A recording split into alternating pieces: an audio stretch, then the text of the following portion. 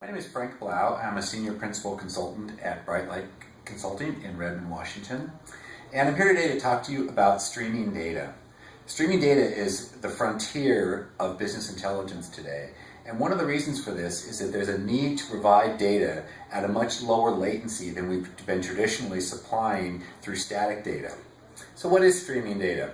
If you think of the standard world of data, data sits in databases. We load data in databases, maybe we extract things out of that database and transform it into another database. But essentially we're still looking at data at rest.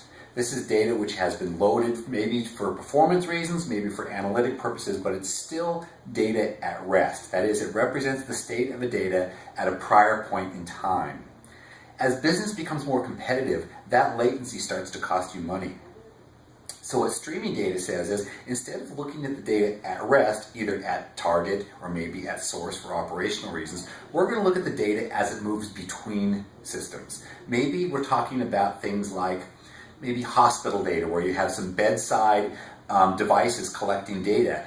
And to look at that data on a daily basis to determine how a patient is doing, you can understand pretty quickly how that's not fast enough to react in a life-saving way if something happens. Particularly if that life-saving thing is being detected through a combination of data sources. Say, maybe if your blood pressure is below a certain amount or your pulse goes over a certain amount, and those two things together indicate a condition. Looking at that data at rest after the fact wouldn't help you at all.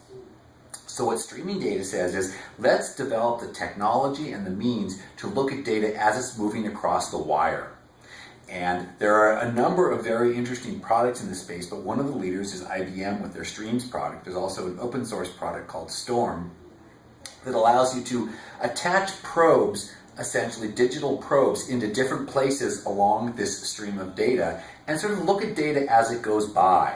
Now, this is different in a couple of significant ways.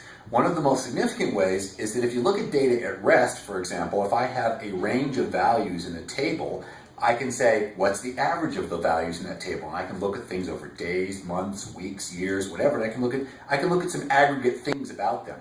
If I'm looking at data in a stream, you don't have the same concept. It never really ends. It just keeps continuing on. So we have a concept in streaming data of what we call windowing. So we're looking at data as it moves across like this. Or maybe we're looking at data, one chunk of data here, and then when that's done, we look at the next chunk of data. These are two different kinds of what we call windowing schemes.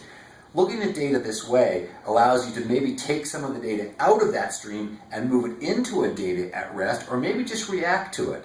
And the tools for doing this have matured considerably in the last couple of years, and the visualization of the process by which I'm taking a source and looking at it as it flows across, moving it around, they've really matured to the point where you can get some really very fast prototyping and some very quick return on your investment in streaming data technology.